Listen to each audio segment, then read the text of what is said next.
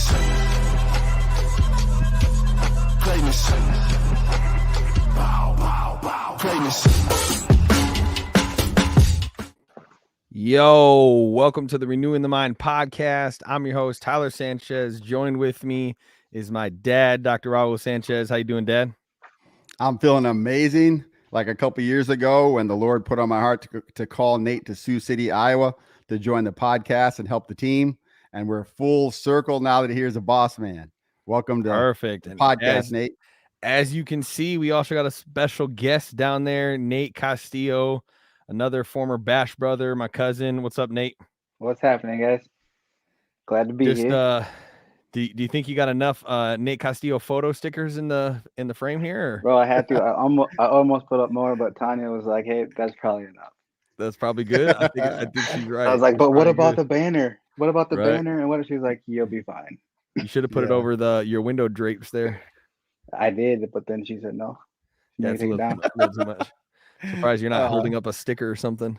Hey, well, on this podcast, we teach you how to renew your perspective, move towards uncertainty, and find what's awesome about that in every situation.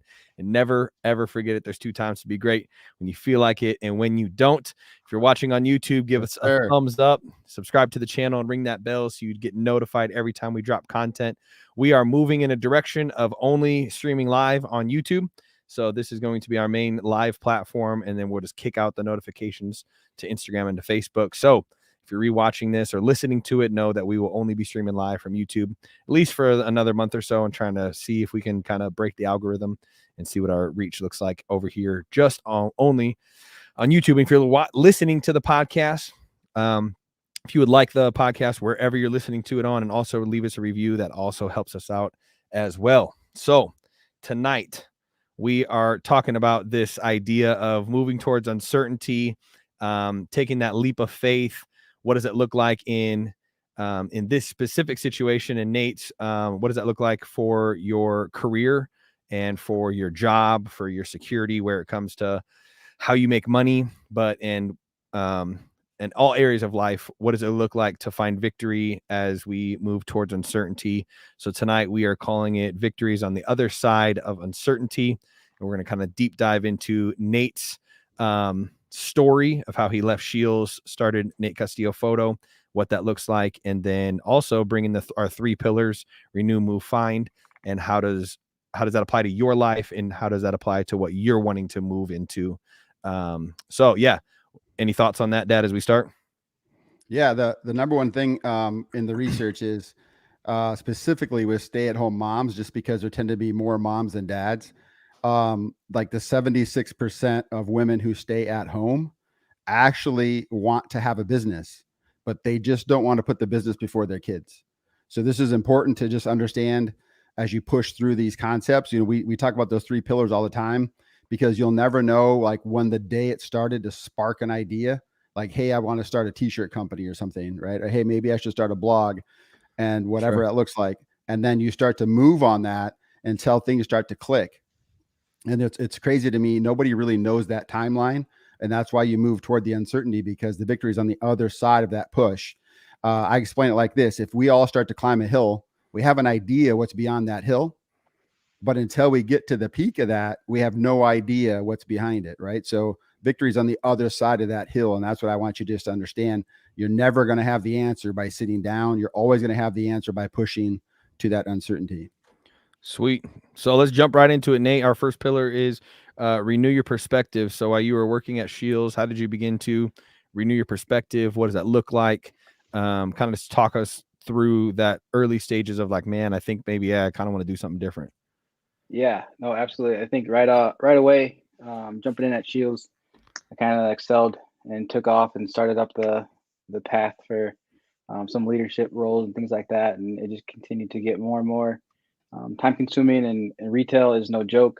You guys haven't been in retail or worked in retail or know anybody that's worked in retail, man, it really is no joke. Holidays, nights, weekends, you're there. Yep. Started cutting into family time. And it's not even, not to say that I don't work a lot now. I definitely work a lot now, but it's just a different, like, the cashiers are there nights and weekends, holidays, like every level of it, you have to be there. And it was just really, really time consuming, and being newly married. At one point, Tanya was like, "Man, I feel like I'm single again because we don't ever see each other. She's Yep. working, I'm working. I would go in early, she would go in late, and we would just kind of hi bye. And Sure. that's not what either one of us had wanted in a marriage or in a relationship. Right. And so that's when it very, very, very first started kind of feeling like something's kind of got to change, or something What should were those change. early feelings, thoughts, man? Like, can I leave? Can I not? What is that? What At did that feel like? point, it wasn't even a thought of leaving yet. It was Yep. still just like, what else would I even do? Yeah. What else is there? Started early on, beginning to think maybe something else is there. Yeah, and then even like within Shields, I loved working at Shields, and that discount was second to none. I mean, so I was like, how do I still do this? Is there Right. another role I can We're both jealous fill? of that discount. I know, No, I know. and those trips that you would get on those Oh, leadership stuff where the you'd get to go training? shoot guns like with Absolutely. Vortex and stuff, and you come back with like, all 100%. this free gear, and you get to meet the top dudes in the industry. Yeah, no, they do good in training their employees, and they want them to be experts. And so they spend the time and effort and money to send them off to trainings. And I absolutely love those trainings. The Right. first step was kind of stepping out of the sales role and into a support role. And by Sure. doing that, it allowed me that was the first step of no longer working nights and no longer working weekends. So that was the first step of, okay, if I make this change, it's Yeah. gonna be a pay cut straight away. I'm not gonna make as much money. Can we Talk financially handle that? Talk about some of those feelings. Like, what did you feel like going through that? What was the thought process? What was the emotions? Was it nerve-wracking, scary, Oh, it was easy? I got terrifying. this. It was terrifying just because we just finished up the Dave Ramsey Financial Peace University, and we're talking about cutting out debt and getting rid of student loans. And Tanya was really good at it, and she didn't have any student loans, and I'm not. I had a bunch of student loans and credit cards and all that. So we had knocked down a bunch of debt right away, but we still had some debt. And then I'm talking Yep. about taking a pay cut. Like that just doesn't, those two things Sure. don't go hand in hand. And so we prayed about it and talked to my leadership there and kind of let them know where we were and Sure. why I was making decisions that we were making as a family. And again, Yeah, we so- kind of prayed and just said, God, here's what we think we need to be able to financially support our family where we're at. Yep. At that point, we didn't know we were pregnant still. So it was still Right. just the Oh, two of yeah. us. And So do you have a light bulb moment of like when you went from the sales to the support? What made you make that first pivot? the See, there's first usually pivot was time with Tanya, because with her being at the church there you go. and me working retail in the sales and having to work every other weekend, that means I only got to see her every other Saturday, where we had one day off. Other than that, we never had a day off together, other Right. than one Saturday a month or 2 Saturdays a month. And with retail, you're always covering for people, or things get busy, people get short, so you're picking up extra shifts. So it was maybe one Saturday a month Yep. that we had off together. And Cool. because as a pastor, she works on Sundays. So that was the first thing, is I need time with my wife and my family. So Cool. Okay, so that was the first light bulb moment of like, wow, what can I do that Correct. would bring me more time with Tanya? Yes, absolutely. And then once you ask that question and sit on it, then your mind starts to get renewed and you start to look for that out, yes. or you start to look for that shift. And then that became your light bulb moment of spending more time with your wife, which then you pivoted into the support. Correct. Yep. Okay. Because it was that was definitely the different mind thought of like, We how talk about can I that for a still sec, Dad? do this? Yeah. So what happens is people ponder all the time. So think about just picture wherever you're at, picture your life. How many times are you like just kind of frustrated at work and you ask yourself a question like, man, what would I even do? Like, am I unhappy here? Can I be happier somewhere else? You start to ask this general question. And then there's a question, which I often call light bulb moment. Some people call it the aha moment, but there's like a brighter thought, if that makes sense, a thought that you can't let go of, or a thought that like sticks. And you ask that question and you don't give yourself an excuse. It just hangs. So you ask that question, like, what would that look like if there was a position at Shields where I could have more time with Tanya? And as that goes on a day or two, or, maybe 3 or 4 days, somebody says, oh, did you hear there was a, position for support? Just a random conversation. Normally you'd be like, nah, I got to go get food. And then you're like, wait, what? And then because your mind's open to it, you see it.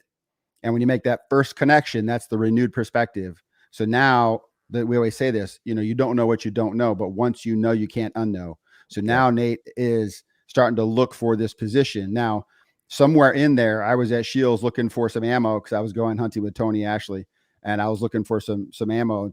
So I bump into Nate, and I was like, he looks at my watch. He looks at his watch, and he's got this biggest smile like it's Christmas Day.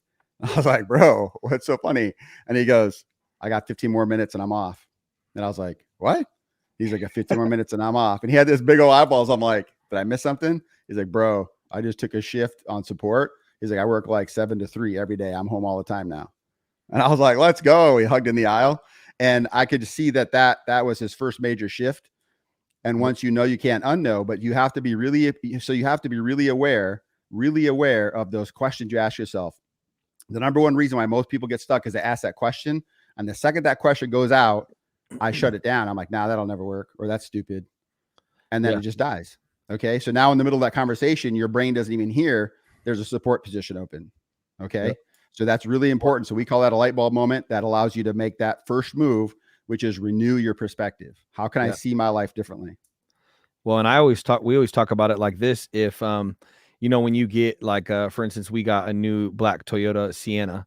And so now that I got one, I see a black Toyota Sienna everywhere, right? Beforehand, I never did. You get a new truck, you see that new truck everywhere. It's like the truck's not just multiplied. The vans are not now multiplied, but now I'm looking for something. And that's how that is in these situations. When you begin, like you said, that light bulb moment, when you begin to now start allowing your brain to see, man, there might be another path, man, there might be another out, there might be another option, that I'm not just stuck in this lane forever. It's not like the lane just appeared. It's now you're looking for it. And now you can recognize, oh man, that might be possible. And oh, this might be possible. And oh, I could possibly do that as well. So it's not like they just form out of nowhere. We're looking for them now. Right. Correct. We can't go any further. We Superstar Sia, which is obviously Valencia, wants to throw some shade at Dad. Love the diamond pen, Dr. Sanders. I was wondering what the pen was. I couldn't tell the shape. The shape of the end. What the? Last week had a bow and arrow pen. This now he's got a purple pink diamond pen. So we had girl dad. It's a dance dad for sure. We had like tornado, thunderstorms, whatever. But for whatever reason, the air conditioner stopped working up in the man cave. And it is literally like 106 degrees up there. So we moved all the equipment downstairs. So I took over Stacy's desk in the basement. And, I was doing my notes. I have a couple articles that I read.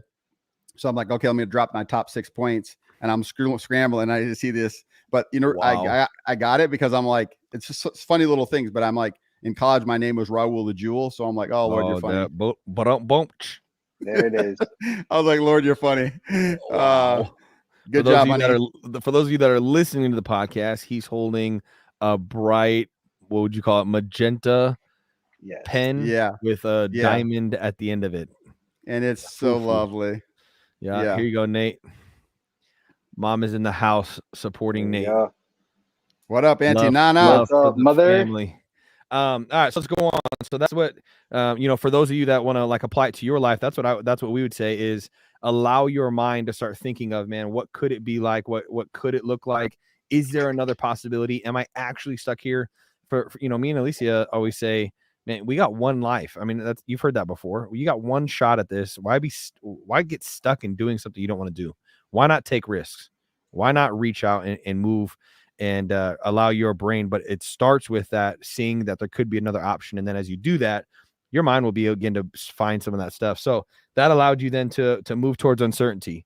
So you made the first leap moving towards uncertainty when it comes to going to support. That was a move into uncertainty. And then the next move was quitting. Yeah, that was a big one.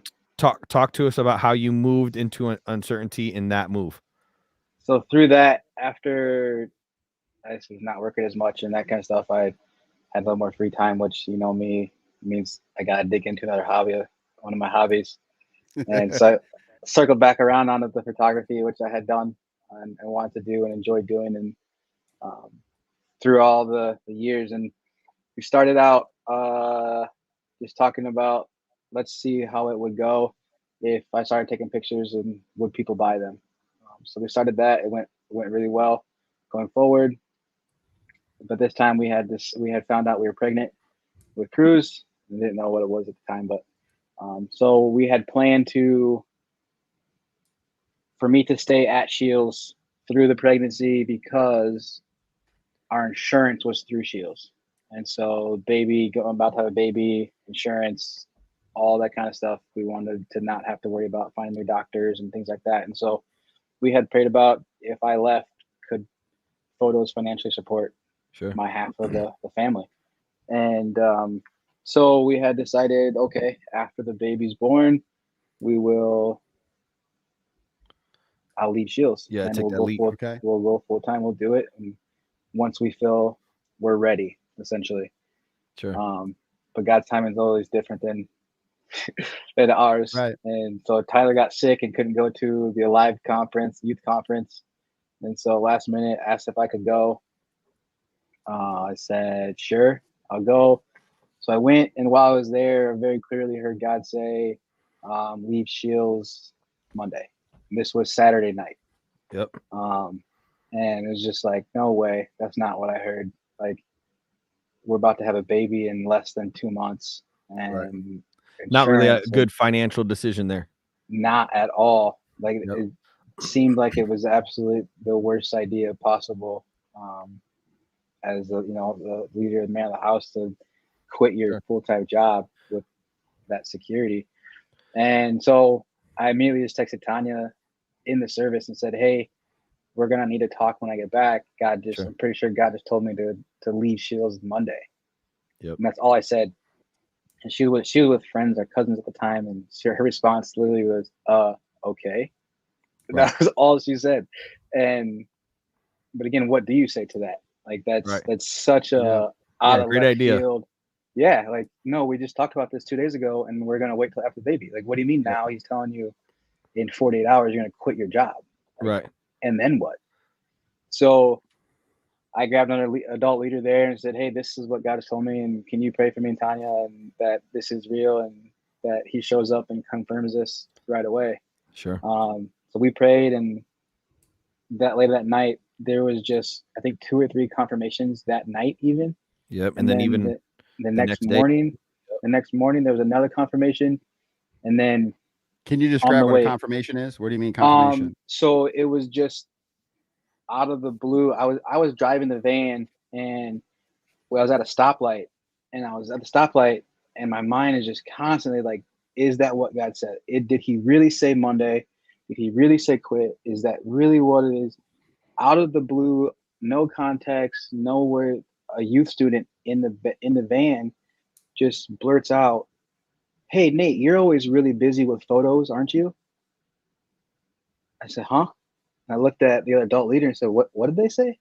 I said, what? She said, you're always really busy with photos and Shields, and how's that going to work with you guys' baby or something like that? I was like, what? It just kind of like out of nowhere, she had no idea. And I didn't tell any of the youth students about what I was feeling with photos and Shields and nothing. Only that 1 or 2 other adult leaders knew about it, and Tanya at this time. And so the other adult leader, I looked and I said, was there something on the radio that was talking about like cameras or pictures or anything? And she said, no. Workload. Nothing. Out of blue. So it was, to me, that's God saying, while I was in my head by myself, doubting what I know I had heard, he used the youth student and had no idea. Yep. And so we got to the bowling alley, and I pulled that youth student and said, hey, why did you say that? Or what led to that question? And she just goes, oh, I don't know. I really don't know why. Why? Is that okay? Did I say something wrong? And I was like, no, you're good. I promise. When the time is right, I'll explain to you why, why I'm having this conversation, but you're good. Don't feel bad. Never feel bad for asking a question. That's cool. Yep. So then that scenario happened again. Again, I was driving to the next morning to the service, and it was the same guy preaching that preached the night before. And again, in my head, I was like, I wonder if he's going to do the same sermon. I wonder if he's going to like build on the sermon that he had. I wonder if I listen to that again, if I'm going to really hear, like, did God really say that? Is that like, so at this point, it's like, God wants me to quit tomorrow? Like, there's no way. Yep. And then a kid in the very last row just goes, oh my goodness. So I'm like, what? Like, I'm driving to, you're the Nate Castillo Photo, Nate? I was like, what? He goes, well, I follow you on Instagram, but you never put pictures of yourself on there, so I never know what you looked like. I didn't know it was you. But I had been posting from the conference. Yep. And so the student had like connected, like, wait, our adult leader, Nate, is the photo guy, Nate, that I follow that does the pictures. Right. And again, out of blue nowhere, while I'm in my head doubting, God uses a student to say, hey, yeah, that's what I said. So those are the kind of confirmations that we had. So then service went good, and on the way home.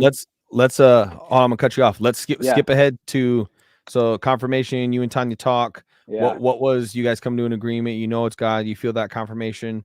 What was the feelings that led you both to say, okay, tomorrow you're gonna resign? Like what was the process of that where you both came to the same conclusion there? Again, so I was having confirmations on my end, and she was having confirmation on her end, and we got back, and it was Super Bowl Sunday, so we had a Super Bowl party planned. So all of our, like, a lot of our friends were over, and we're sitting there having just like cried and prayed, like, is this what happened? And then they come over, and we're trying to keep a straight face, thinking about to have this decision. Right. But I remember on the way back, talking about the smoked queso. Yeah, on the way back, I had texted you guys and Terrence in our little prayer group and just said, hey, I feel like God's telling me to jump. I don't have a lot of details. I'll tell you guys in later. I just need prayer for, clarity or something like that. And I'd use the term like, God told me to jump and jump big. I never told Tanya that. I never said anything. But Tanya had talked to her friend and their prayer circle and that kind of stuff. And so after we had decided and we had said, okay, we feel like God is speaking to us very clearly through, we just, once people left after the football game, we put worship music on and just chose a playlist on random. And lots of times we feel like God speaks to us through different songs and lyrics and words and that. And there were a few different songs in a row that we hadn't heard either ever or in a while, or it all kind of kept just reaffirming and like confirming, like, you guys all pointing in the same direction, every single one. And so we decided, okay, I typed up a letter of resignation. We decided, okay, Monday morning, I'm going to go in and I'm going to talk to our store leader and tell him this is kind of what's happening. So I do that Monday morning, 7:30, go, just shock, I run back my phone. I text Tanya, hey, just let you know, I talked to them. They're still not, we're good, but like, it's real. Just keep praying. And she said, okay, keep praying. And she goes, and my friend Whitney just texted me and she said that her and her husband Scott been praying and she can't get these two words out of her head, and it's just jump. Does that mean anything to you? I was like, huh? They said what? Yeah. Because you guys are the only ones that I said that to. Right. So for God to put that in her like best friend's heart to then tell her, and then she brought to me, it was just more again of like, okay, like as scary as this is, it's what we're supposed to do. Yep. So So I'll jump in here real quick because so back when we were in Iowa City, and in my men's group, Francis Frangipane, who used to write for Evangelical Magazine and be all over with his speaking and stuff. He was my personal mentor. I was in his men's groups and stuff. He would say it this way. He would say, so many men, it's a men's group. So sorry, there's no women in the group. It's a men's group. But he would say so many men over his career, they think they hear God and they fall into the same plight that Eve does, which is, did God really say? It's that simple. Did God really say? Which is, Satan's number one job, can't convince you that God's dead. So he tries to convince you that you didn't hear from him. And so if he says, I aggressively or radically obedience. So I hear it and I go. And people would say, well, what if you heard from God, or you said you heard from God, but you really didn't? And he was like, I look at the other way. What if I heard from God and I don't move? He's like, so I give God the glory. And if I made a mistake, that maybe it was just a random dream, He was like, maybe cheesecake and gas messed me up, and I just thought I heard from God and I went anyway. I'd rather give God credit than deny God. Right? Yep. Do you understand that? I'd rather give God the glory than deny God. And it took me a long time to get that, because I'm like, yeah, but then I'm running around like, hey, I heard from God. Hey, I heard from God. Like that just sounds weird. So even me personally, I didn't do it, even though I wanted to. And then here's the craziest thing. He would say the people he sees are what he calls sorry Christians, are the people who keep saying, did God really say? Did God really say? And those are the same people a couple years down the road, maybe a decade, they're so sad and stagnant in their life. And they'll say, whatever, man, I don't know that God still talks to people. That's Old Testament stuff, because I never hear from God. And that's because every time you hear from him, you doubt it and just leave it. So that connection grows. And think about just like as you know, an uncle or a dad, from me to you two. If we don't keep talking, you wouldn't be close enough to send me your prayer list. Like, man, that dude never responds to me. So you just fade away over time, right? I think God does the same thing, as he gives to people who are hungry. I don't really know. That's just how I see it. So when you heard, you pressed into, hey, let me hear confirmations.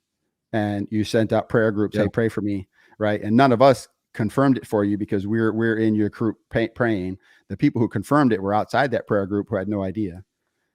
Okay. So that's pretty cool. So just never forget that. Like, you're a sorry Christian if you doubt God, because you'll be lonely, and we have to aggressively give God the glory and just keep pushing.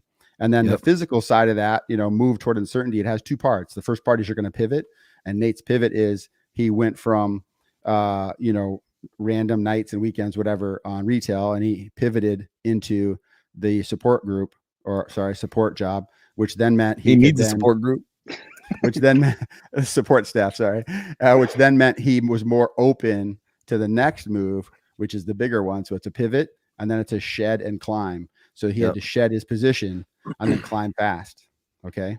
Yep. So I always tell people this, that like, it's the same thing if you played sports as it is to listening to God. Let me connect it. So a coach never gets mad at a player that messes up what? 100 miles an hour. 100 miles an hour. It's the same thing as God. No coach ever gets mad at any player that messed up trying. Yeah. No coach gets mad at a kid who struck out, but they swung the bat. No kid gets mad at you you hopped off sides, but you try to jump the snap count. I mean, all those things are, if you're trying, no coach ever gets mad. And so to me, I put that in the same boat as God's grace and favor and mercy to me. And how could he be mad at me to say, I think I heard from you?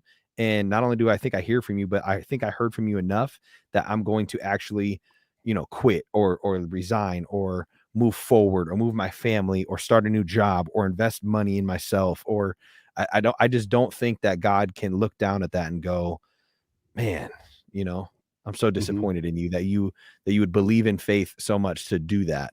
Number one. Number two, I think anytime we hear from God or think we hear from God, we have to do what Nate did. You have to do what I've done or Dad's done. And that is reach out to as many people as possible that you trust, find a counsel and wise. Oh, my battery just died. And wise people. Yeah. Mm-hmm. All right. So why am I change my battery? Okay. Hey, look, I want to tag on to that real quick. That though, bro, because Tanya, right, that night, she had said, at this point, I'm more scared not to than for us to do it and fail. Yes. That was her thing. She goes, at this point, I feel like God is telling me so clearly. And now at this point, if you don't resign tomorrow, I'm scared as to what's going to happen to us. Like, right. Because if you think about big people in the Bible, like Moses, build a boat, right? And if you don't, you're going to die in the flood. And not that you're going to physically die if you don't listen to God, but you're going to die somewhere. Financially, you might have to sell a car. You die to your car, right? Or you might have to move from your house, or there's going to be something that's going to go wrong, because he's telling us to warn us, or he's telling us to level up. So worst case scenario, you stay stuck, right? Best case scenario, you level up and you tell these stories. Okay. Right. And if you take a look at the radical obedience of that, that's where we call the fear of the Lord. It's like, your dad says, hey, you better take out the garbage before you go to the movie. And you're like, well, I mean, it's a little thing, and Dad will freak out if I don't. So it's not like he's going to beat you, but like, just go, just do it. Right. But here's a practical thing. So Taven was in town and we were playing pickleball, and Valencia was playing, we're playing doubles, Tavian and Valencia, me and Stacy. and Valencia plays tennis, and so she just would kind of swing at it, and she wouldn't move her feet. She's pretty fast. I said, honey, listen, nobody's going to be mad at you if you move your feet, position yourself, and you do your backswing and you whack the ball. I don't care where it goes, but I want you to hit it. And so she was afraid of making a mistake. So she would just kind of love tap the ball and literally would go like 6 inches. Yeah. And Tavian's like, what is wrong with her? Y'all get your money back from tennis lessons. Yeah. So I just walked up to her, just gave her a little nurturance and said, honey, I promise you, nobody's going to care. Tavian's not going to be mad. And then she started moving her feet and whacking it. And when she was hitting it over, out of bounds, even she was hitting it too hard. I was like, hey, you hit it. Hey, you moved your feet. Hey, great serve. Hey, that was way over mom's head. And before you knew it, she was doing pretty good. We split up and played singles, and she beat Stacy. So way to go, superstar Sia, right? Oh. And this is the concept. The concept is she was afraid to make a mistake, so everything is timid. Mm-hmm. But when you take that radical obedience of like, hey, if I just go for it, let's see what happens, right? And then that just turns into lessons. Okay, so that's why this is so epic for people who are an employee right now, but have this desire to become their own boss. Mm-hmm. This is what we're telling you, right? Number one, it's a light bulb moment that you have to renew your mind. Like, this is possible. And then number two, you got to make a quick pivot. So you're moving toward uncertainty, but it's just a small pivot. You're still in the same spot. And then you got to be ready to shed what you like, your comfortability. So you shed your insurance and you shed your paycheck. And then you got to climb fast, because you got to make that up. And then I remember the first time you were on week 3 of one of your months, and you said to me, bro, I already made up what I made at Shields, and there's a week left in this month. Yeah. Remember that? Yeah. And I just said, dude, you got to climb fast. You got to climb fast. You got to climb fast, because people who climb slow, they don't make up that month. And they're like, oh, I was better off at Shields. Now you sound like these people in the wilderness who are like, why would you bring us over here to this promised land? What God do we serve that brings us over here just to die?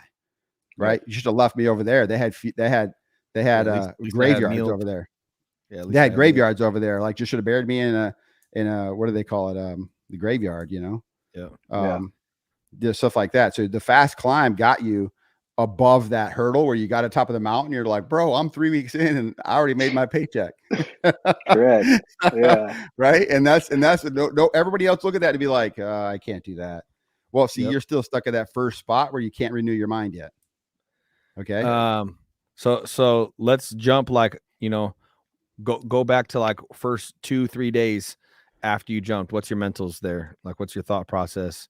You losing sleep at night? You staying up all night? You lose? I mean, are you just like super? Are you constipated? Are you constipated? No, the crazy thing is, because an hour after I turned in my letter, I had an email or message from a family asking if I was going to be at the state wrestling tournament. And at that point, I knew that I couldn't go, because they regulate who they let into those events. You have to be tied to a media outlet, a school yearbook, a newspaper, that kind of thing. And I wasn't. I was a freelance by myself. Well, and you forget you reached out to them earlier, and they already said no, they don't get any spots. That was the family. So the family asked if I was going to be there, and so I didn't respond to them. Earlier on in the season, I had reached out to IA Wrestle, which is a big, huge organization that is a media outlet for wrestling. They've got photographers, Central Iowa, Eastern Iowa, not a whole lot in Western Iowa. And I had reached out to them very early on, beginning of the season, and said, hey, I'd love to shoot for you guys. At that point, they didn't know who I was. I wasn't established. Had never shot wrestling before. So they're like, yeah, we'll let you know, type of thing. Like, yeah, keep us posted. No, we'll get back to you. Yeah. So I don't message us. We'll message you. I hadn't heard from them. I had sent them free photos like all season, and just kind of like left me on red. I was like, all right, that's just not whatever. It's cool. Like, not whatever. Yeah, not timing. So an hour after I turned in my letter, a family messaged me asking if I was going to be at state. I couldn't go because I wasn't tied to anything. An hour after that, so 2 hours after my letter, IA Wrestle sent me a message and said, hey, do you have any pictures of this kid? And I said, no, I don't. But while you're here, how's your coverage for the state wrestling tournament? Do you need another photographer? And Tony's an awesome guy. He said, actually, yeah, we could use another one. I can't pay you anything. I can't get you anything though. I said, if you can get me credentials to be able to shoot in the arena, That's all I need. I'm there. That's all I need. I'll be there. And he said, done. I said, okay. So that was it. He got me in. I went, I shot, and they absolutely loved me and my work. There were things that I had did that other photographers didn't do. There were things I had been doing here just for no reason other than my whole thing is how fast can I get the photos up? My goal was to, before the kids got out of the locker room, to already have pictures up on social media so they could see and share. And because of that, I remember one time Tanya came to a game and I'm sitting in the parking lot on my laptop, like and we were like 10 minutes from the house. And she's like, do that when we get home. And I'm like, no, I gotta do it now. She's like, why? I go, I don't know, I gotta do it. And just that process of practicing and learning, I've gotten faster at being able to get the samples out. Yeah. That helped set us apart at the state tournament.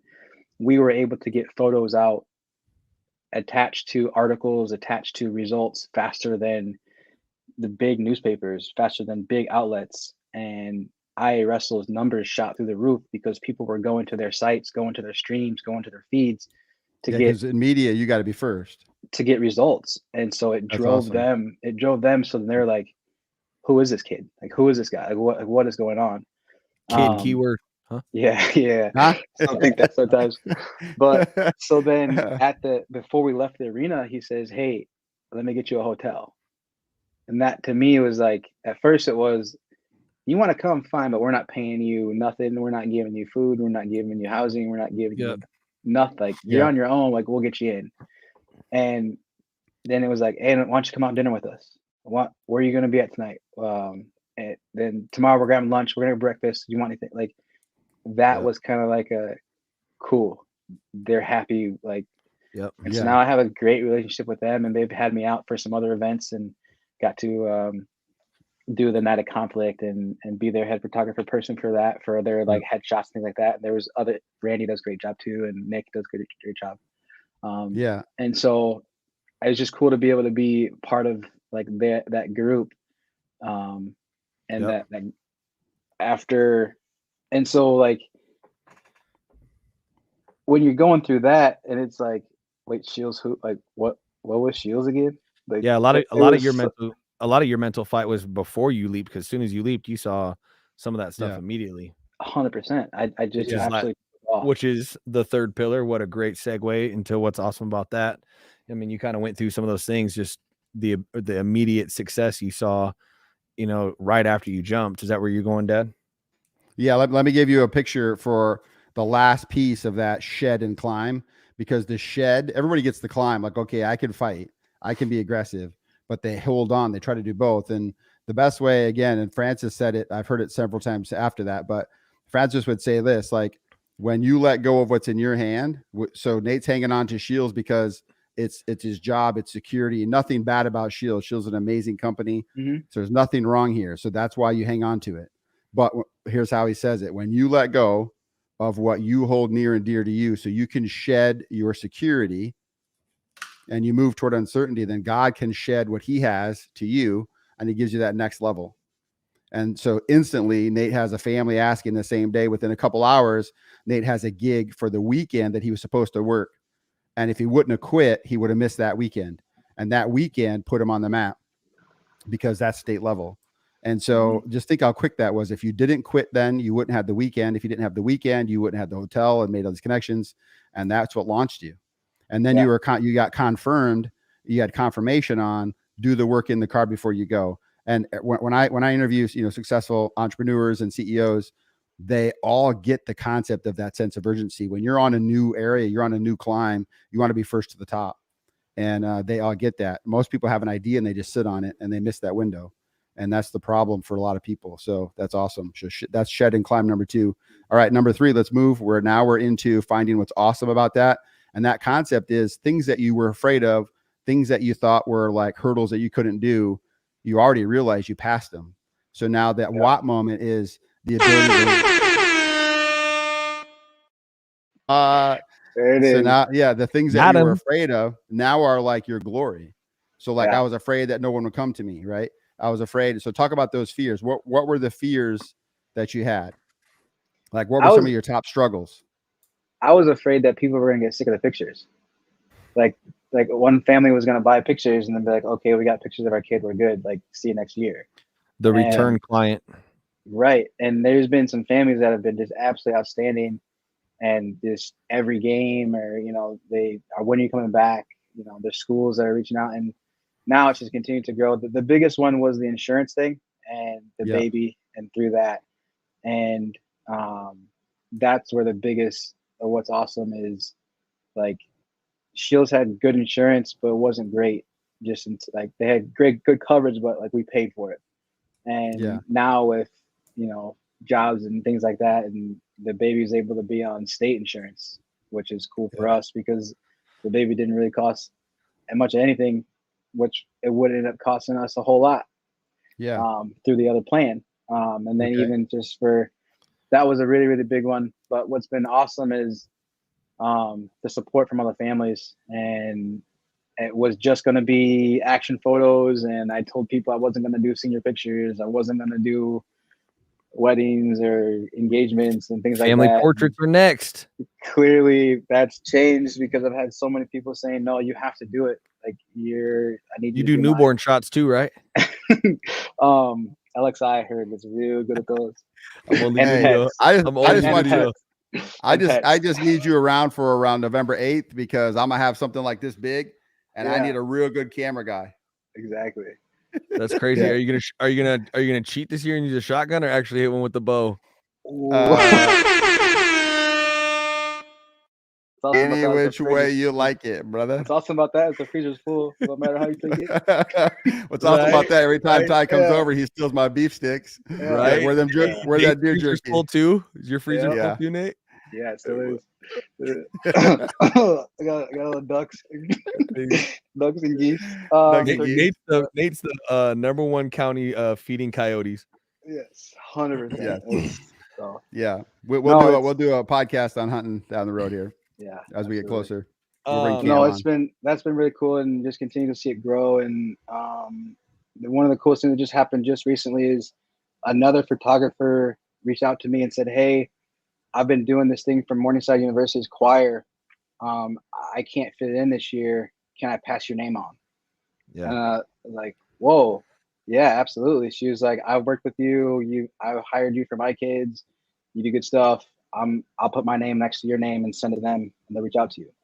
I said, "Yeah, absolutely." So they reached out, and so now I'm going to be shooting for Morningside. Or the choir. You trying to hire a second shooter? I might need to, but let me know. Like, that's really cool seeing like other photographers willing to then share or say like, "Hey, I can't, but I know somebody that can." Like, and that's been really cool. And that's the greatest respect, is the colleagues who get it, who are in the game. Absolutely. Yep. So let's say we're talking to an 18-year-old, graduated high school, thinking about college, not quite sure, thinking about getting into the photography game. Like, what are a couple things you would say right now? Like, hey, I got a camera and I've been messing around. Like, I'm afraid. Like, what do I do? Just start taking pictures. Just practice. Just take pictures of anything and everything. But then be really diligent about thinking about how you created that image. If you just take pictures without understanding how you created it, you have nothing to change. You don't know how to then recreate it. Okay. If you're making the a mindset cake, going in, go ahead. Fail fast. Like, if you're like, fail fast, take a lot, learn, but like document what you're doing. So that way if something goes well, you know what got you to that point. If something goes wrong, you can start to break down the different steps of what went wrong. Was it your focus? Was it this, color white balance? Was it whatever it might be? And continue to just keep going. Okay. That's good. Very good. I got one more. If you gotta put your mental process, the feeling you have about the whole move in a couple of sentences, what would you describe as, this transition from leaving Shields into taking on this photo business? What would be a couple statements you got around like where I'm at right now? No, just as you look back on the whole thing, from the start of like, man, I think I need to spend more time with the family. When you at that point you were kind of striving to be a white shirt, and what from there to now, what would you just wrap that, sum all that up in your feelings, thoughts, Oh emotions? man, I don't know. It's tough. Just like the amount of fear I had in the beginning, and how just scared I was to fail and let my family down, to then trusting that it was gonna be okay, and then doing it, and then seeing the rewards of it has just been really fulfilling. Um, to then see and look back as to how God planted this on my heart when I was 5th grade, or I guess my mom about that sometime, and how this whole plan, NC Photo, Yep. was a business plan that I wrote as a 5th grader at a University of Iowa College of Business summer camp that I wasn't supposed to be at because I was too young. So my mom talked to me and let me go. And in that week-long camp, we each wrote a business plan. And my business plan with my group of 2 friends was NC Photo 3, because there's 3 of us. We would go to games hired by parents to take pictures of their kids so they could focus on watching their kids play. Yep. That is literally what my business is now. So Dope. really fulfilling to see God had planted that in my heart that far long ago. And then just looking back, all the steps of the schooling, the experience, the failures I've had between then and now, and why I would say it's been pretty successful this not even a year yet. Dope. And you've always started it like you used to film your duck hunts.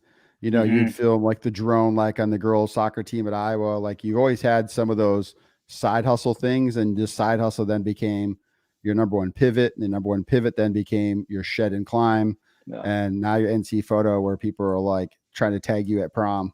Yeah. Like, oh, there's Nate. We gotta get a picture. You heard about that at your conference?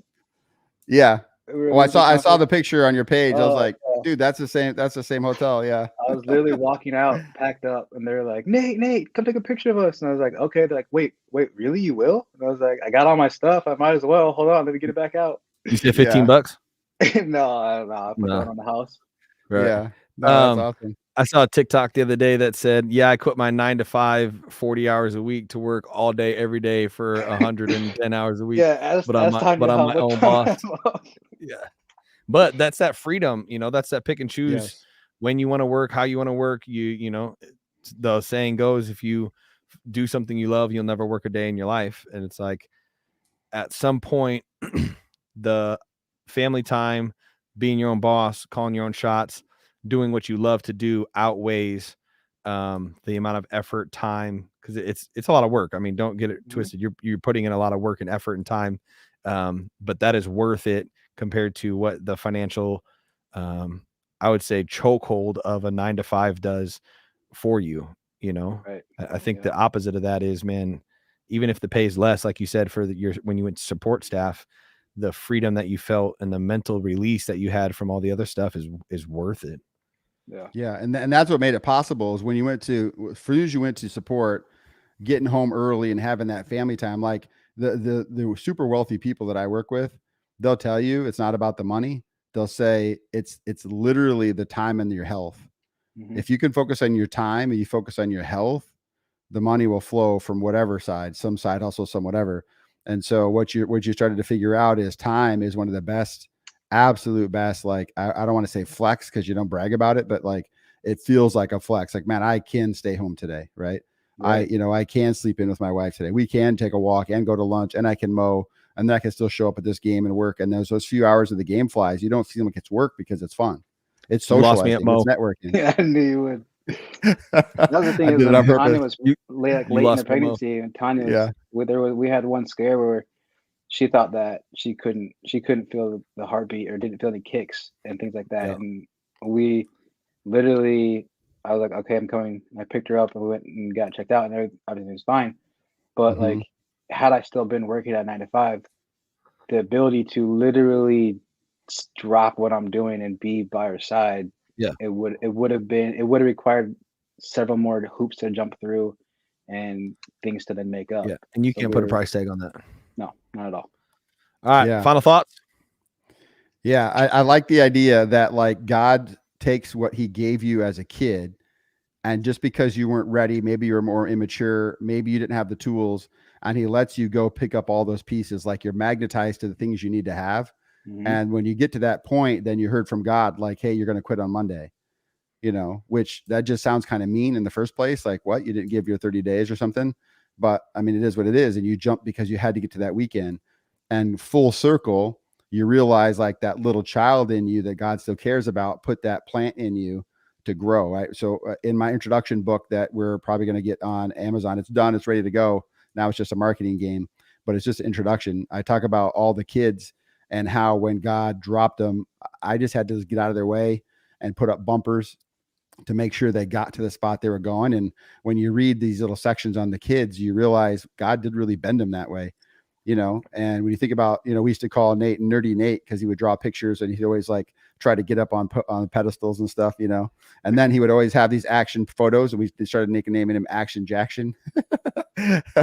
Right. So a lot of that stuff fits with just the childhood thing is like, you know what I mean? So like that part is the most amazing to me is like, as a little kid, people came up to me and would have me solve problems. I was always negotiating with people. I was always mediating people, I was writing conclusions for people in high school. I was helping people with dating advice.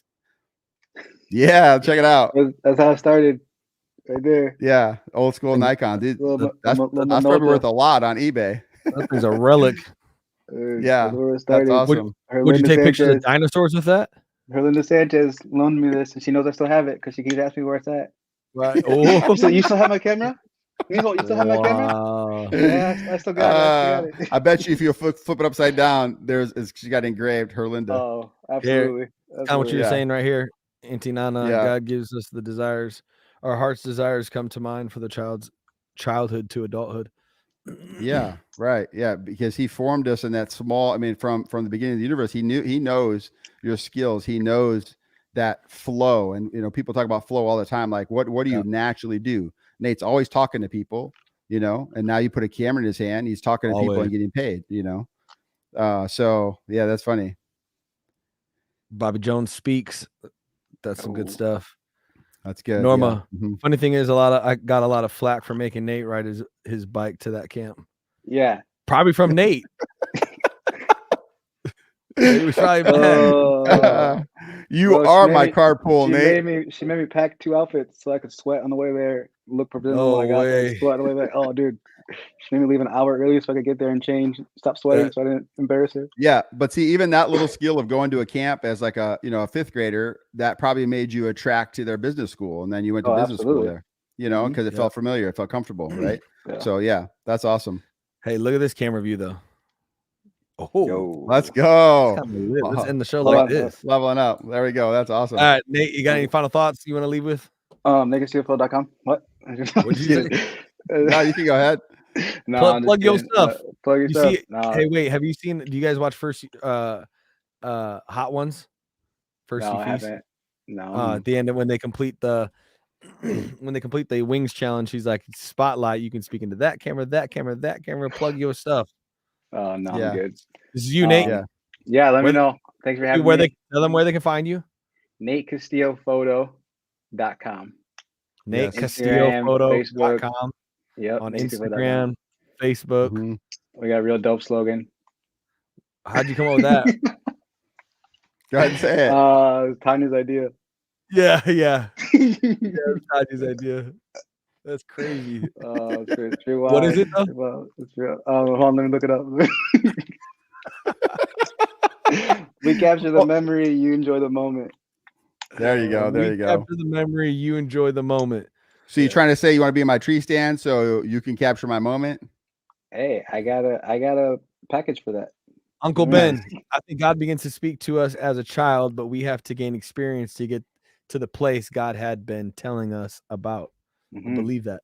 Amen. Question: are you a beast though? 100%. What your photos look like? Absolutely. Put them up.